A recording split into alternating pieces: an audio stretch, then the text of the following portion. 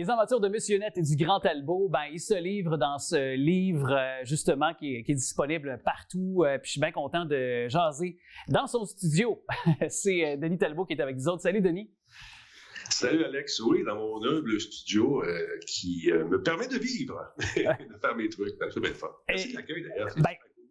Merci à toi d'être là parce que je pense que tout le monde a grandi avec toi, Musique Plus, ou à peu près des souvenirs de Monsieur Net ou de d'autres aussi qui leur vient spontanément en te voyant justement dans leur écran en ce moment.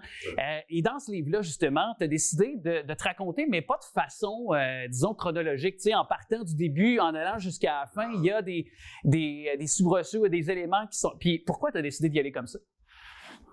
Parce que je trouve ça plate, les biographies. Tu sais, il est né en 1959 d'une famille de travailleurs. Sa mère cousait des pousses sur les gants à Trois-Rivières. Et lui, pendant ce temps-là, c'est d'un père alcoolique. Je voulais juste... En fait, ça, c'est... L'idée de ce livre-là, c'est né du fait que, tu sais, on paye pour des cours de conduite à mon ado, là, qui a 16 ans. Puis ça, je trouve ça le fun. Puis on paye quelqu'un pour faire des cours de conduite, puis c'est moi qui y monte. En tout cas, mais on était ensemble dans la voiture, c'était une certaine proximité dans l'auto. Il conduit, moi je me tiens.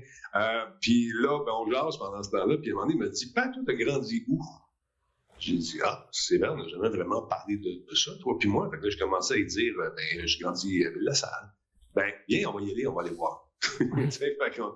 Tranquillement en voiture, on a traversé les ponts.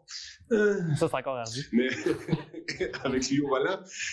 Ça devait être dangereux. On a vécu de beaux moments. Puis j'en vivais dans mon bled, dans mon ancien coin. Puis je disais, ça, c'était un grand changement. Aujourd'hui, tu sais, le studio de télé que je te parlais, qui était désaffecté, le studio de cinéma, il était là.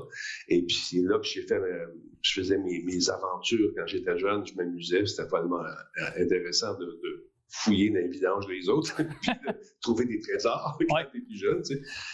C'est comme ça, c'est né de cette idée de faire comprendre un peu d'où je venais, puis où je m'en vais, puis c'est pas fini. Là, ça continue, il y a millions de projets. Tu sais. C'est ça qui est beau là-dedans, mais aussi, c'est ce que je vois là, dans ton livre, derrière tout ce que tu racontes, ce que j'aime beaucoup, c'est que t'es quelqu'un qui aime pas le convenu. C'est que tu sembles allergique à tout ce qui est formaté, à tout ce qui est... Puis dans le fond, l'époque Musique Plus, c'était tout le contraire, justement, des chaînes qui existaient comme TVA ou d'autres. C'était complètement nouveau. Vous aviez la liberté de faire. Fait que t'es comme tombé naturellement là-dedans, toi, là. Ça a été difficile pour moi de m'adapter à la musique, de rentrer à la Musique Plus, ça n'a pas été facile parce que j'étais trop champ gauche pour Pierre Marchand. Il dit, Denis, j'aime ça ce que tu fais, tu connais rien dans TV. Je dis, non, j'ai jamais fait ça de ma vie, je connais pas ça. Fait que, il dit, écoute, va faire tes classes, puis reviens-moi, tu sais. Faire tes classes. Je fais ça où de la TV? La TV communautaire, et dans ce temps-là, c'était pas aussi évolué que je regarde ton image en HD, puis tout le kit. C'était pas ça dans ce temps-là. C'était difficile, c'était un milieu plus fermé. Puis, fait que j'avais comme abandonné l'idée de faire de la TV, puisque le téléphone sonne, puis que Lynn Deneau, l'assistante à Pierre, elle me dise Denis, Pierre, il voudrait que tu ailles faire tes classes dans un show sur le câble. Oui, je sais, il m'a dit ça. Il dit, on a un petit show pour toi à t'offrir qui s'appelle Diversion. Ça, c'est devenu l'ancêtre des aventures du Grand Talbot. Puis j'ai appris avec un vieux caméraman bourru que j'aime jusqu'à la mort. Il s'appelle Vital Verret. Vital Verret m'a montré à faire de la télé. Vital, je te comprends. Moi j'ai mon réalisateur Alain qui est de même. Alain, qui son nom? On te connaît-tu, Alain? Alain Huppé. Alain Huppé.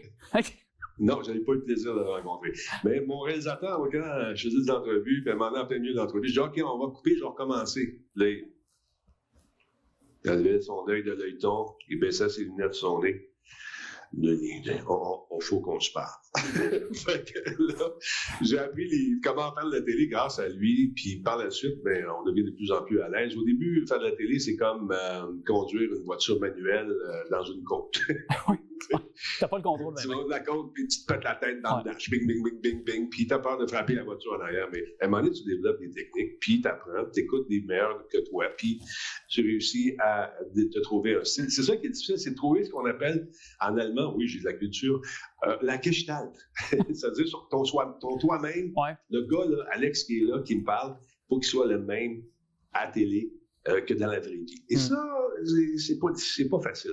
C'est vrai que j'ai c'est pas déjà fait une évident. entrevue à un moment donné dans un poste à Sept-Îles, pour pas le nommer. Le gars, il m'accueille le matin, c'est un morning man. Allô, Denis, ça va bien? Oui, ça va bien. Voulez-vous un petit café? Oui, bien sûr, un petit café. Excuse-moi, j'ai une intervention. Enfin, OK, c'est à l'arrière avec vous. Je me vois. Qu'est-ce qui se passe? C'est qui ça? Mais c'était, lui, son personnage, c'était pas son personnage, c'était sa voix de radio. Mais quand tu le vois dans la vraie vie, il parle pas de même. Ça doit être dur de faire 8 heures de show en ligne. Et c'est sûr. Puis en tout cas, moi, ce que j'ai aimé, c'est toujours ton naturel, désormais aussi dans Monsieur Net. Puis il nous reste plus beaucoup de temps, mais ce que je veux dire, c'est que vous étiez pas équipé à Musique Plus. Les timings, non. Les timings radio, on n'en a pas de télé. Mais c'est sûr que moi, ce que j'apprenais, c'est que l'émission Monsieur Net en 98 t'a proposé ça, puis il y avait aucun. Vous n'étiez même pas rendu là de façon technologique et tu voulais proposer une émission de télé là-dessus. C'est fou quand même. On n'avait même pas d'appareil pour transcoder le signal de l'ordinateur en signal télévisuel. Fait qu'il a fallu fouiller, trouver des affaires. Mais non, ça a été une suite j'aime pas ça me faire dire non. Tu comprends-tu? Fait qu'on y va, on y fait. C'est quelqu'un qui me dit non avant même d'écouter. Ça m'insulte. Quelqu'un qui va au resto, qui dit non, je goûte pas à ça. Mais pourquoi? Même pas ça. Tu n'y as pas goûté! Goûte-y, on va l'essayer, puis on va essayer. Je te garantis que ça marche. Puis finalement, je suis pas trop pire. Ça a duré 17 ans. Quand même. On a eu des écueils. On a eu des écueils. On a fait 2407 émissions en direct. Moi, je m'ennuyais pour 2500. Mais la station a été vendue. Ouais. Et ils ont mis tout le monde dehors. C'est ça aussi la TV. Ça, ils n'en parlent pas à l'université. Ils n'en parlent pas à l'école. Ça peut arriver. Et un certain Carl Tremblay qui était là bien longtemps aussi avec toi, justement, qu'on se rappelle. Mais et Les aventures de Monsieur Net et du Grand Talbot, c'est un livre disponible partout. Denis Talbot, merci, ça a été un plaisir de t'accueillir. Avant de partir, j'aime ça, les gens qui bloquent des affaires de façon outrancière comme ça. Faites pas ça, ça se fait pas. Bonne journée. Merci. C'est un plaisir. Il est bon, c'était incroyable. Allez, merci.